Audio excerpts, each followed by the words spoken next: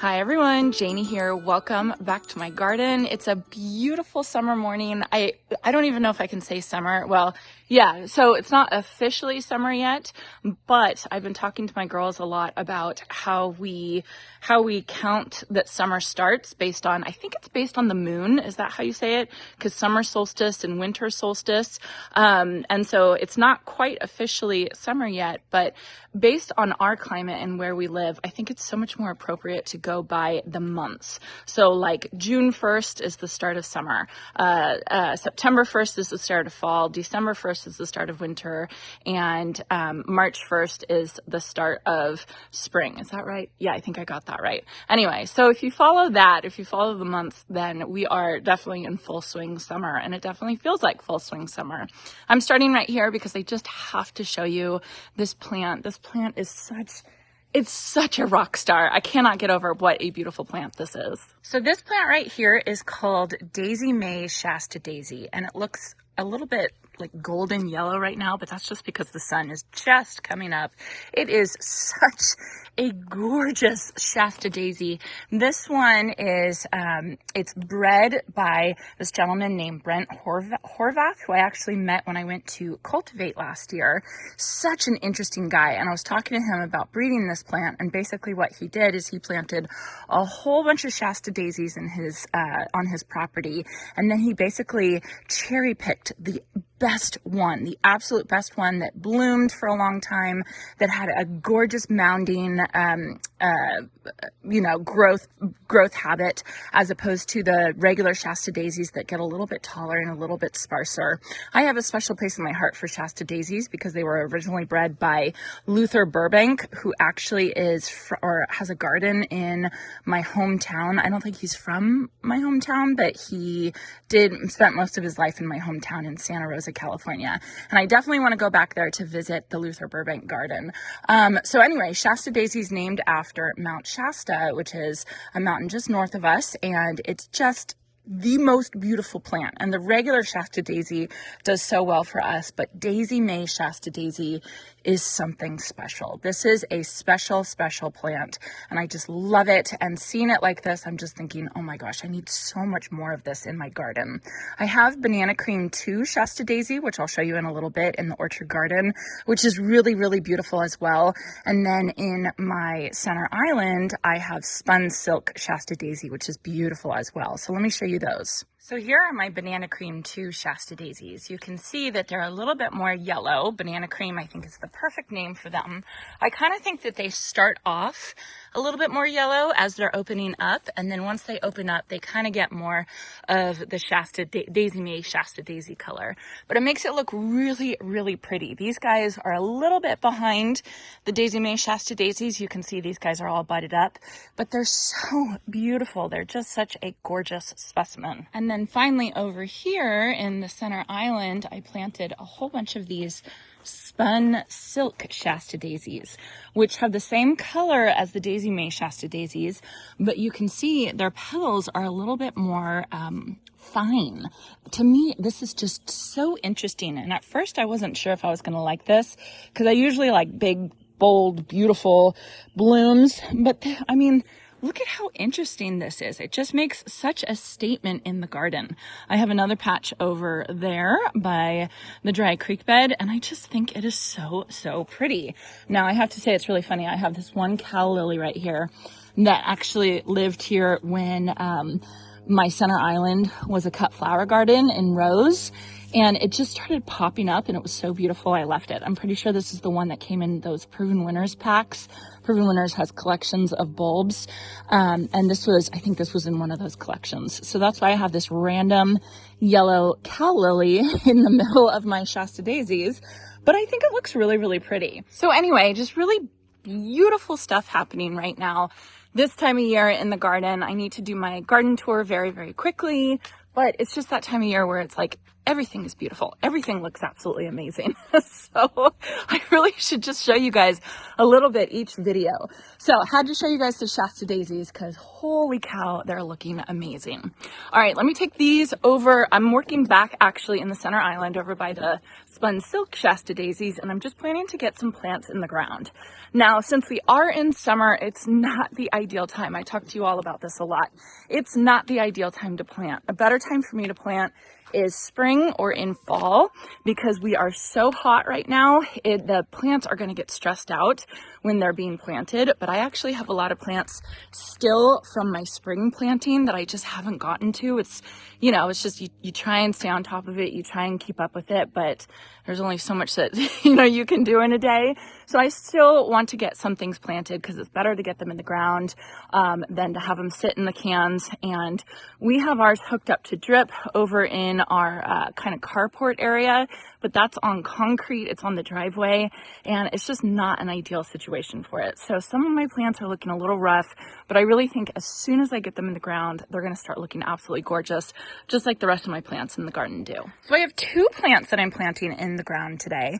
The first one is one of my favorites. It's part of my Best for the West collection. I'm not going to touch it because unfortunately my skin does not like this plant. It's called Denim and Lace Russian Sage. I'm sure you all are familiar with it. It's a beautiful, beautiful plant. I have one there, I have a grouping over there, and then I just have to show off. Sorry, I'm going to go show you guys this grouping over here. Look at how beautiful this is. Oh, is this not gorgeous? Oh my goodness. And then with the Primal Scream Daylily behind it.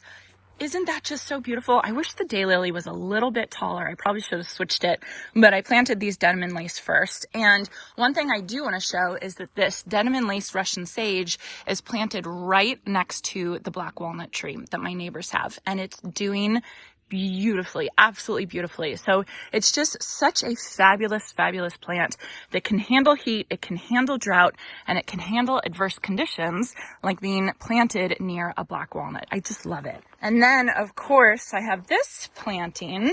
This is my orange and purple garden. It was one of the very first gardens that I planted. Oh, isn't this so beautiful? So I have Cat's Pajamas Nepeta in front that needs to be cut back. But then I have the Orange Blaze Nyphophia that's so gorgeous. The Denim and Lace Russian Sage behind it that almost, I mean, it almost looks like it's glowing. It has such a beautiful, beautiful color to it. And then, of course, the Chiclet Orange Tacoma behind it that is just amazing. And then a crazy monster named Monty who walks through my shot every single time. What you doing, Bubba? Anyway, so you can see the Denim and Lace Russian Sage here. That is just, it is just absolutely gorgeous. So I actually have, let's see, I have 1, 2, 3 Denim and Lace Russian Sages right here, right underneath my Tuscarora crepe myrtle. Of course, as this crepe myrtle gets bigger and bigger and bigger, there's going to be more shade over here, which I'm going to love. And I will have to move these because these are full sun plants. But it's weird that there's 2 over here and 1 over here. I actually planted more in this area right here, but I think that they got trampled when the pathway was getting all laid, which is a really good example of why you should lay your foundations, your pathways first before you start planting. I, of course, don't do that because I am impatient. So again, do what I say, not as I do. But anyway, since I lost 2 of the plants here, I think I'm going to plant 2, maybe 3 in this area right here just to kind of fill it out a little bit. And then I have this other grouping over here, 4 of them, which I think I could use maybe 1 more just to bring it to odd number, right? I mean, everybody says you don't want to do even numbers, you want to do odd numbers. And I think they're right. I think it looks kind of funny with 4 of them. So I think 1 more right there will be great. I am moving these, so just pretend like they're not there. So anyway, Russian sage right there. Look how beautiful this is looking. Man, everything's looking really, really good today. Oh, I'm just loving it. Then the next plant I have is a Pugster Blue Buddleia butterfly bush.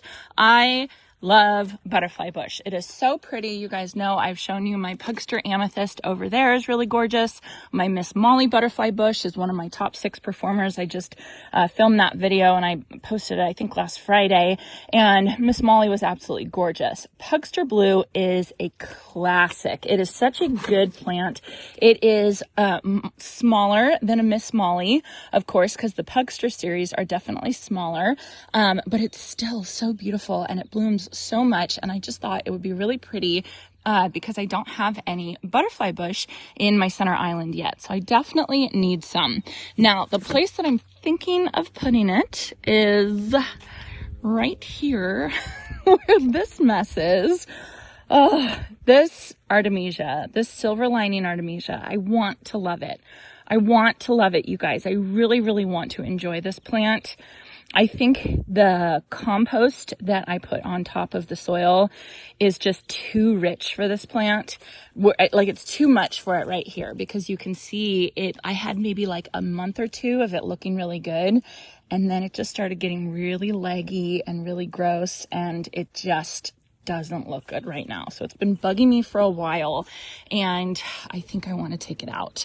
And so I think that I will just put the Pugster Blue Buddleia right here, and I think having that right next to the El Nino Catalpa would be really, really pretty. So I feel terrible taking this plant out, you know what I mean? But you got to take plants out that you don't like, and I don't like this plant. I do like the blue, I do like the silvery foliage right here, but like, you can see how leggy it's getting. It is just not performing the way I want it to perform. I wanted it to be a lot more mounded and a lot more controlled, and it's just getting a little bit out of hand. So I want to apologize to this plant. I'm sorry for taking it out, but I think it's time. And it's so hard because whenever I show a video of me taking plants out of the garden, I know people get so upset, right? Because it's kind of like it's being wasteful, right? And I completely get it, but nobody wants that plant. I could put a free sign out in front of my house, but it just is not looking good. It is just not looking good. None of my friends are going to want that plant, and I don't want that plant. And I don't want to fill my garden up with plants that I don't want, because if I keep doing that, then eventually my garden is going to be a place that doesn't bring me joy. It's just going to be a place of guilt for not getting rid of things. So anyway, I'm just saying this one to make myself feel better for getting rid of a plant, but then also for saying to all of you, like, if you don't like a plant in your garden, it's your garden. Do what you want, get rid of it. You're the one who spent the money on the plant, and if you want to get rid of it, then go ahead and get rid of it.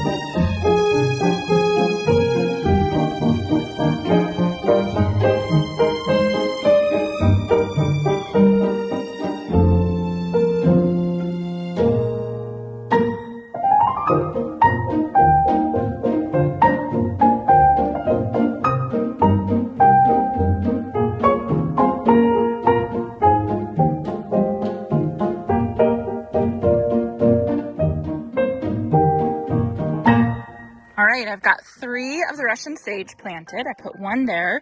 Luckily, we already had drip from the last one that was there, so that's ready to go. And this one I left a little bit undone just so Jason can get in there and find the tubing where the drip is. You can see it's kind of coming out here. I had another plant planted here. This popped off. So he'll come in and he'll fix all of that. I know how spoiled I am to have Jason come behind me and put in the drip irrigation. That used to be like the biggest part of my job, was basically planting the plant, and then I had to take the time to put the drip irrigation in. But now Jason's taken control of that, which is just absolutely amazing. So anyway, I've got these 2 here, and then I put the 3rd one right over here to round out this grouping, which I think will just be so beautiful.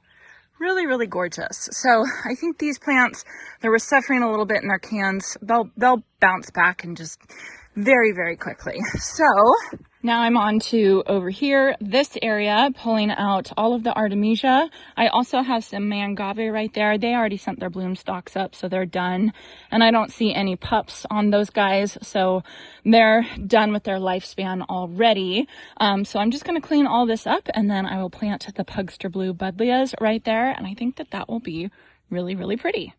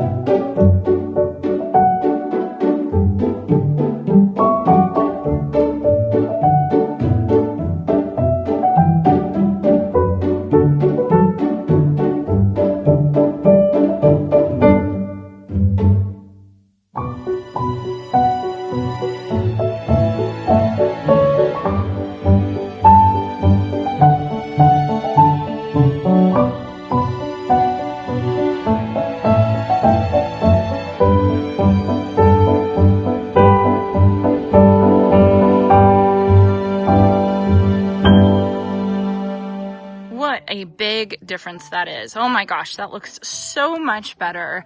I had been thinking about this for a while and thinking that I needed to do something about this spot, and I'm really glad that I did. It makes me feel so much better. Even Jason says, like, good job.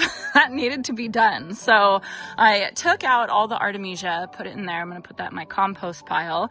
And then of course replaced it with the Pugster Blue Buddleia, and these are going to get about 2 feet tall and wide, and I just think that they're going to be a perfect complement to the El Nino Catalpa. I did space it out a little bit so that maybe I could put some, I don't know, like some ground cover or something around here. I think that that would be really pretty. And then again, these topiaries are going, and I'm not sure what I'm going to put in here. I have to think about that, but now I feel like I can actually imagine it now that that Artemisia is out, because man, that looks so much better. Okay, I just have one more thing I want to show you guys. So just about, I think it's like 10 days ago, less than 2 weeks ago, I cut back all of my hanging baskets on the front porch. It was time to cut them back. They had been getting overgrown and a little bit leggy, and it's very hard for me to cut back Supertunias because they're so beautiful, but it hasn't even been 2 weeks, and let me show you how much better they look. So I think it was 10 days ago that I cut these hanging baskets back. It was a hard thing to do, but I'm so glad I did because they're starting to flush back. But the important thing is, instead of flushing back down here, you can see like this branch I probably should have cut back, and you can see this is bubblegum and it's only blooming at the very end. But these guys that I cut back up here, these guys are blooming up here. So my hanging baskets are going to be much bushier, not so leggy, and they're going to be able to bloom for the rest of the season very, very nicely. So although it was a very hard thing to do to cut back beautiful blooms, I'm glad I did it because these guys, they look so much better. And it hasn't even been 2 weeks. A lot of you left messages or comments on that video saying the trick to cut your baskets back right before you go on vacation, which I think is a fabulous idea. Unfortunately, we're not going on vacation yet, but I think that that's a great idea, because then you don't have to be here when your hanging baskets are flushing back. So anyways, I think these guys look so good. I am so happy to see them, and I just wanted to give you guys an update, not even a 2-week update. We're just shy of 2 weeks, and it just looks so much better. You can see I don't have any legginess anymore. It just looks great. My zigzag planter is flushing back as well. We had a massive budworm infestation and everything's starting to grow back. So we are definitely getting somewhere. You can see there's still some sparse spots where it should be completely covered with blooms, I would assume. But it's definitely flushing back, and you can see all the new buds that don't have holes in it. See that? Look at how many there are. Oh, this is going to be good. This is going to be good. I'll check back in like a week and it's going to be completely bloomed out and it's just going to be gorgeous. Did you get tired? Huh? Did you get tired? Was that a lot of work for you this morning? You're a mess. Oh my goodness. All right, everyone. I think that's going to be it for today. I'm going to clean up my mess and then I think this boy needs a bath today. I think I'm going to have the girls give him a bath. You got messy today. I don't know what you were doing. I hope you all enjoyed this and I hope you all have a chance to get in your garden today.